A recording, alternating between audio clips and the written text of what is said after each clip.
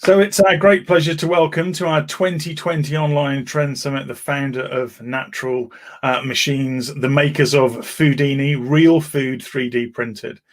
Foodini is already transforming food and drink across the globe, and Lynette is here today to talk to us about their passions to combine food, tech, and design in order to help people eat healthier into the future. Lynette, welcome to our online trend summit for this year. It's a great pleasure to have you here and be speaking to you today.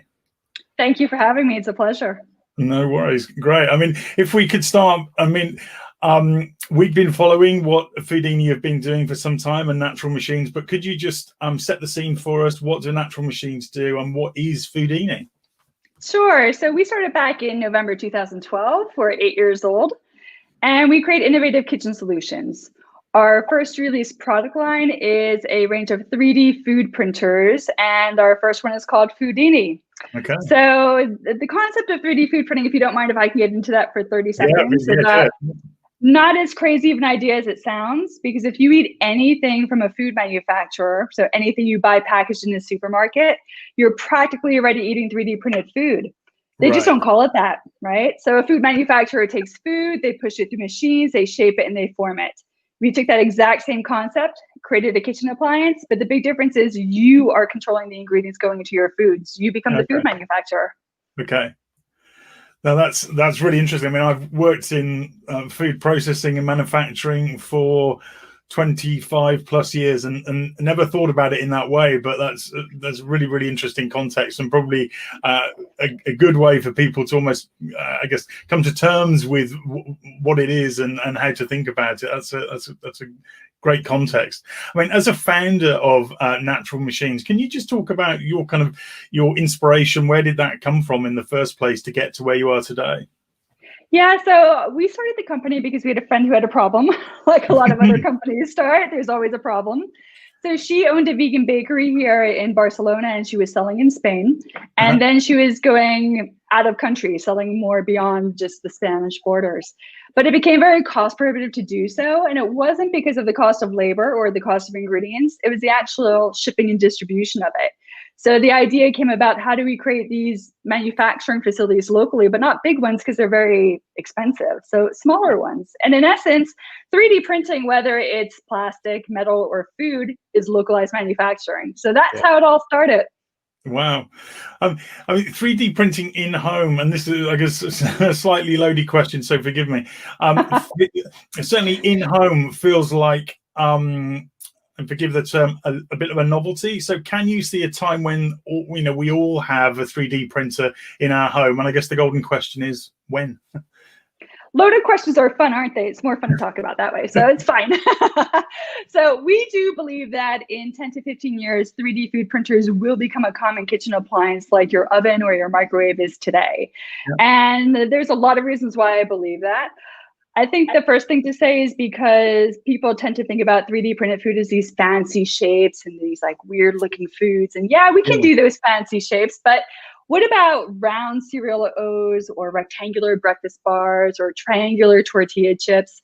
These are all things you can 3D print, and you can do it in a really easy fashion. So for these types of basic foods, they're actually much better if you make them yourselves and you know what's in your ingredients. So it's not going to be an overnight success, but there's no such thing as an overnight success.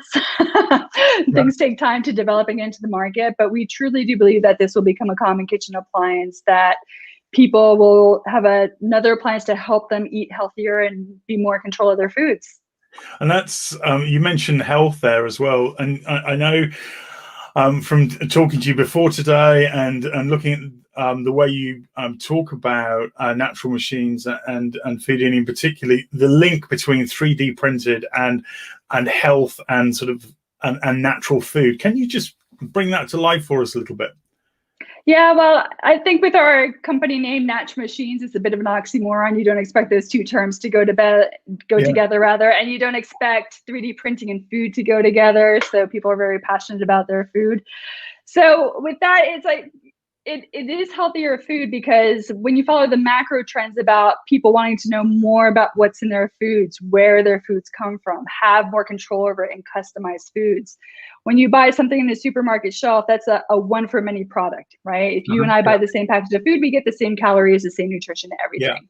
Yeah. But what about more customized foods or things where you can actually know exactly what's in your food and not read that laundry list of ingredients that tend to come with packaged foods which have a lot of additives and preservatives for a reason? You know, they're sitting on a supermarket shelf for a number of years or months.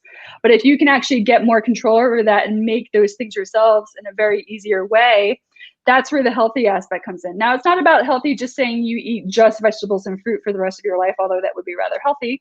But, you know, even if you're eating crackers, cereal, chocolates, I mean, anything like that, when you control it more, it's naturally much more healthier when you know what's actually going in it. So that would be about me, perhaps. If it were me, I'd be making perhaps some kind of base food that would then go into the machine. Is that how you imagine it being in kind of in-home application? Foodini ships with empty stainless steel food capsules, and you would put in your own ingredients, whether that's a dough. It does not have to be a puree. That's a misconception that everybody thinks it has to be a puree. So that dough would be already made outside of the machine. So if you were making a breadstick dough, for example, you would not put in an individual capsule of water, flour, whatever. You would make that dough on the outside of the machine, and the machine would shape it and form it. So again, it's all under your control. Yeah. Okay. And do you feel that this style of preparing food has an even greater relevance in this, let's call it the COVID era, I suppose, this time where pandemic is very much an intrinsic part of our lives? Do you feel that that's accelerated the relevance or indeed the acceptance of this type of food preparation? Well, not a lot of people know about this type of food preparation, so I'll preface it with that. But one of the biggest kitchen appliances seller, or one of the biggest things in general that sold when COVID first came about, was a bread maker. So people were getting back into their kitchens, exploring with foods and playing with recipes and starting to get their hands dirty, if you will, and start making their own foods again. So it's hard to say, with COVID, I will say this. So we are working on the second generation device, which also has the capability to cook. The device we have out on the market today does not cook. It does heat the capsules, but it doesn't cook. So if you were printing raw meat, you would have to take that printout and cook it some other way. Yeah. Okay. In the next generation device, everything will be cooked. Now, if we had that device out today, I think that would be like something people would really be interested in it, because it's a kitchen appliance that can help them, and it's fun and it's interesting and you can make a lot of things with it. We're not quite there yet. More of a total solution, I guess, isn't it? But COVID in general, just even in the professional kitchen market. So we will target consumers in the future, but we're not doing that today. Today, we're targeting HoReCa, hotels, restaurants, and catering, professional kitchens, food manufacturers, food service providers, these types of things. And for them, they see with COVID that it's, when you're using a 3D food printer, it's less touching of ingredients. You want less people touching things and have it to be a bit more hands off. You can also control Foodini through a laptop or your phone, or you can connect to it from some other device. So even if you have Foodini in a supermarket, which we do have that, people don't have to actually physically touch the device. So you're not cross-contaminating with people touching it. You can actually use your own phones or use something else to actually choose what you want to print. Can you bring to life for us some of the applications? And you touched on some of the different sectors and channels that you're currently in with Foodini. Just for the audience perspective and everyone watching today, to make that kind of really real, I suppose, as an example, you mentioned supermarkets, and what's the application from a product sense? What is it that Foodini is kind of turning out in that particular example, or indeed any other examples? 3D printing, one of the reasons why chefs really love it is because it allows them to do food presentations that they just cannot do by hand or with any other kitchen appliance, right? So these are these fancy shapes and fancy intricate designs that you just cannot do by hand at all or with any other kitchen appliance. From the supermarket perspective, we're actually in supermarkets in Greece that they're trialing out having Foodini in their bakery patisserie area, where they can decorate cakes or chocolates or personalize messages or customize it.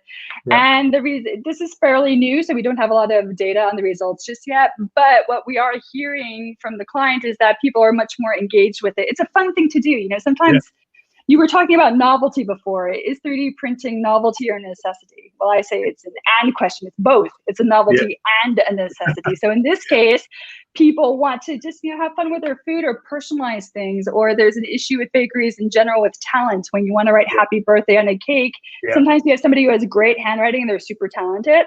Other times, not so much. So like, do you want something where you can really customize and get your decor and nice handwriting and what have you? So it's a little bit of, and then if we want to go to a totally different market application, we actually work with hospitals and senior living centers for a very specific use case, which is for people that have dysphagia, which is trouble swallowing.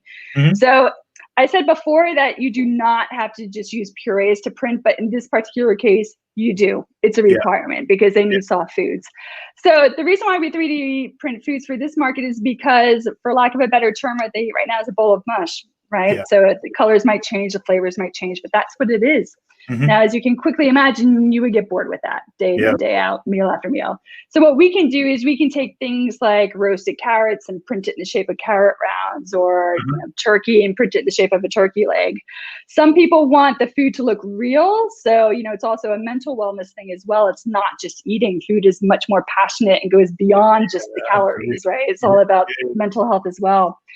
So that's one application. And some people, you know, if they have short-term dysphagia, for example, when recovering from certain cancers or even COVID, when they have to go to a soft food diet, is they just want really fun shapes to kind of cheer them up during mealtime. So we kind of have these two different markets that we're seeing, where somebody wants real looking food to be normal and to have this dish that looks like regular food, and other people that just want to have a lot of fun with their food.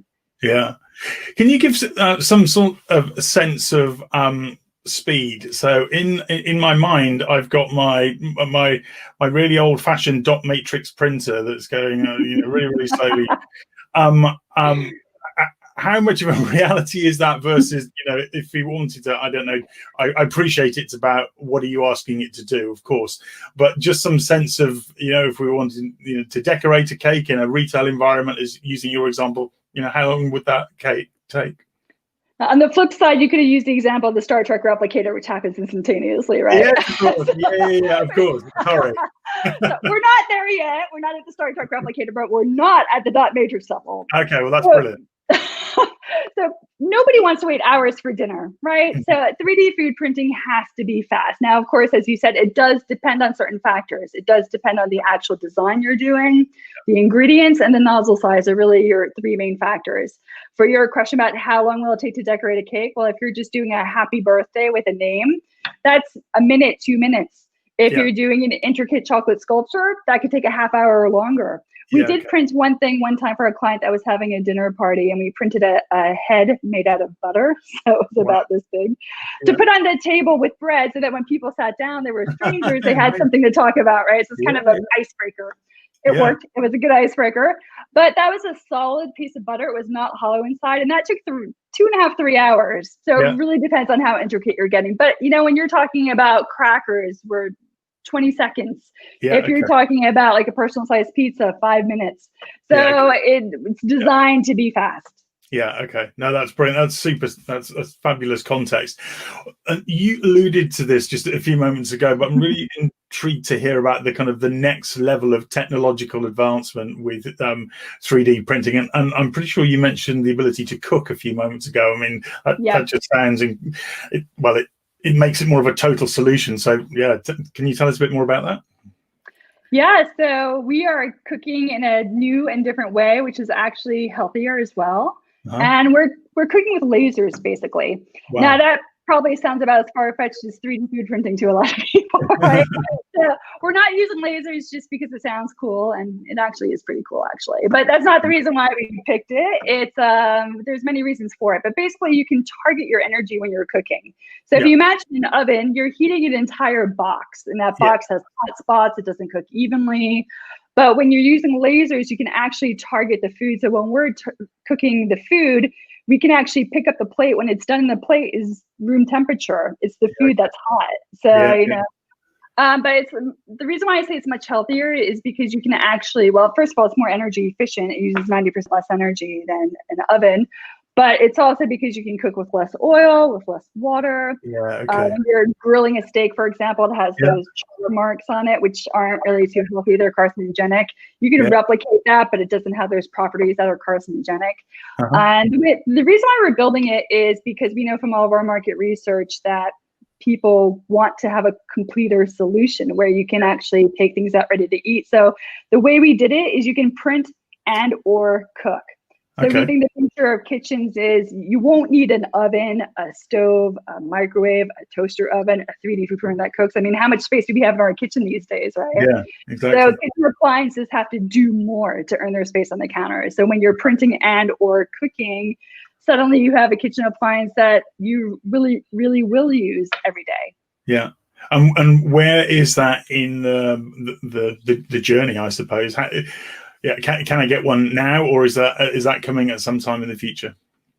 It is a real device, so we have them in our office. You yourself, I'm afraid, cannot get one now. So they're in prototype mode. We've been working on this for the past 6 years. We just haven't talked about it. You know, you had to keep things under wraps as you're working on it in early days. And I did have a journalist ask me a little while ago if, you know, why 6 years? And I asked him, is that because you think it's a long time or a short time? He's like, well, it's a long time.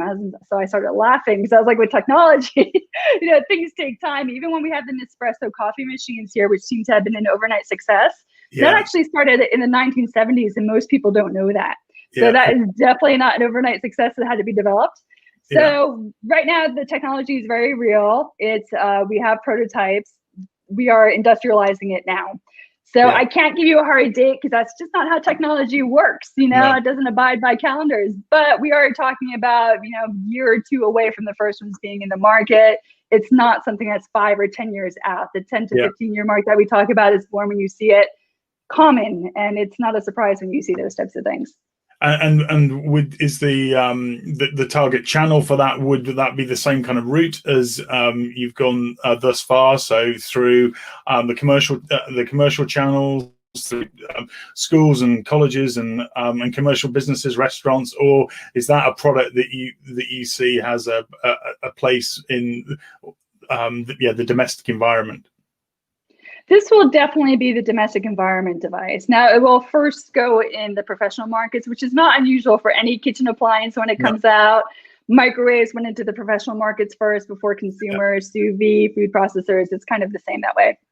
However, this will definitely be the consumer device. So Christmas cookie season is upon us. When you have this in your kitchen, you'll be able to make your own cookie designs and your own doughs. You'll print the cookies, cook the cookies, and ice the cookies without having to touch them from the device, but they're all your own homemade cookies. So I personally can't wait to have it in the kitchen, especially now that Christmas cookie season is upon us, and that always takes me longer than I always expect to do those. And I imagine, obviously, the technology itself is impressive. But are you starting, or indeed, are you already working on what that user interface might look like? So, is it through a phone app or something like that, or would you need to interact with it in more of a, let's call it a involved technical way? How technical are your kitchen appliances today that you interact with, right? They might be technical under the hood, but when you interact with them, it's very simple. And that's the same logic we're following with this, because even though it's a 3D printer and even though it cooks with lasers, you know, at the end of the day, nobody's buying that technology, they're buying the solution. So we want to make it really easy for people to use. So actually, since we started the company, we developed a product called Foodini Creator, which is software that comes with the device. Is how you interact with it, whether it's the device itself or using your computer or a phone or whatever.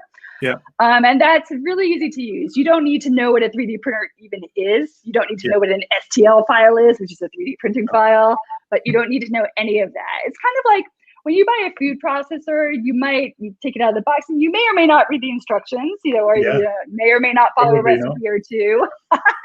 But once you get a hold of the device and you figure it out, then you suddenly just start reverse engineering your current recipes, or you start creating your own. And that's going to be the same way that how we built this. So it's really easy to use. You don't have to have a big, thick user manual or training or have an engineer live with you to figure it out. No, that's yeah.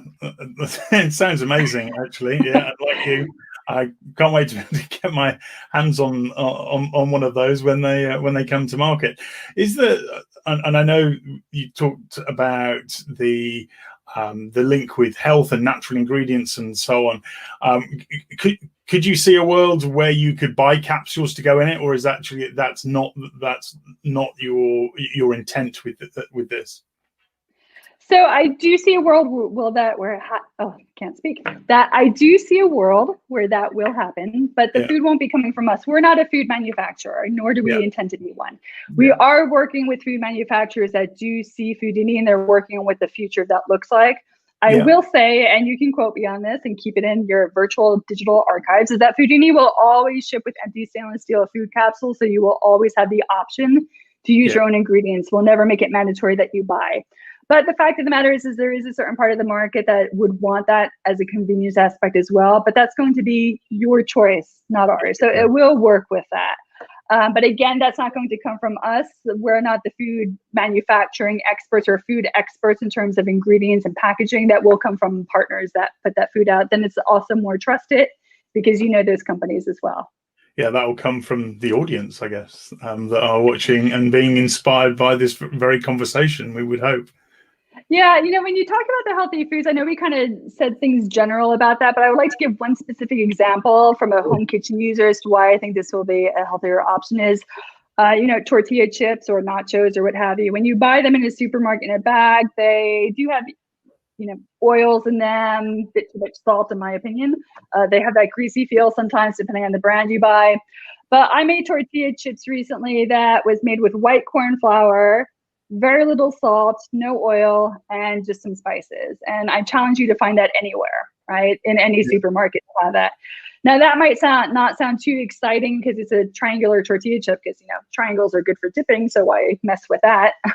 So I still did the triangles, but I was able to control that and use low salt, no oil, and that's under my control. So that's why it's a much healthier proposition, even though you're talking about basic foods. And the key there is it didn't take long to make. Mixing dough with those 3 or 4 ingredients was 5 minutes. The hard part when you do that by hand without a 3D printer is actually rolling out the dough, cutting it, cooking it. But when you have a laser cooking device that makes the shapes for you, suddenly that's automated. You don't need to be there. You're just putting in the dough. And that's why I get excited about 3D food printers in the future, because when it becomes this easy to replicate foods under your control, then it opens up a world of opportunities with just different flavor combinations and personalized food, which is where everything is heading. Yeah, that is super exciting, actually. Yeah, no, when you bring it to life in that way, you can start to really understand the application. And I suppose it leads on to my final question, really, which is, can you just excite us a little bit with what you think the future looks like when it comes to 3D printing and the role that it would play? You've talked about 5 years and 10 years, but I just love to hear you kind of bring that to life, really, what that future scenario will look like. Sure. So I will say I do believe that 3D food printing will not be the only thing in the future, right? So similar to how now when you eat dinner, you may roast vegetables or make a salad or grill something. You take all those different kitchen appliances and put them together with things that you made on those different kitchen appliances into one dish. So we do not think the future of food is everything you eat will be 3D printed, just like everything you eat now does not come out of an oven. However, we're based in Barcelona, Spain. We have a lot of fresh foods, a lot of great chefs, Mediterranean diet. You know, we like real food. So we do not have this view of the future where you will suddenly take a pill for all your meals or have powders and shakes for all your nutrition. We actually believe the future of food is being more real. And by that, I mean to become less reliant on packaged foods, which it is real food, but it's pre-made, it's pre-packaged. You will have the ability to make these things yourselves with more fresh local foods that are sustainable and really enjoy food. So we love real food, and we think that's the way it's going to continue in a bigger way because it's going to be easier to prepare it. That's fantastic. Thank you so much for bringing that to life. It feels like a fitting point, really, that sort of vision for the future of personalization and being able to customize that within your home and domestic environment. Lynette, thank you so much for sharing your passion and intent behind the role that 3D printing combined with other cooking technologies will be a greater influence in the way that we source, prepare and consume food. Once again, it's been a great pleasure to welcome you as the speaker today for our 2020 Online Trend Summit. Thank you very much for joining us. Thank you. It's been a pleasure.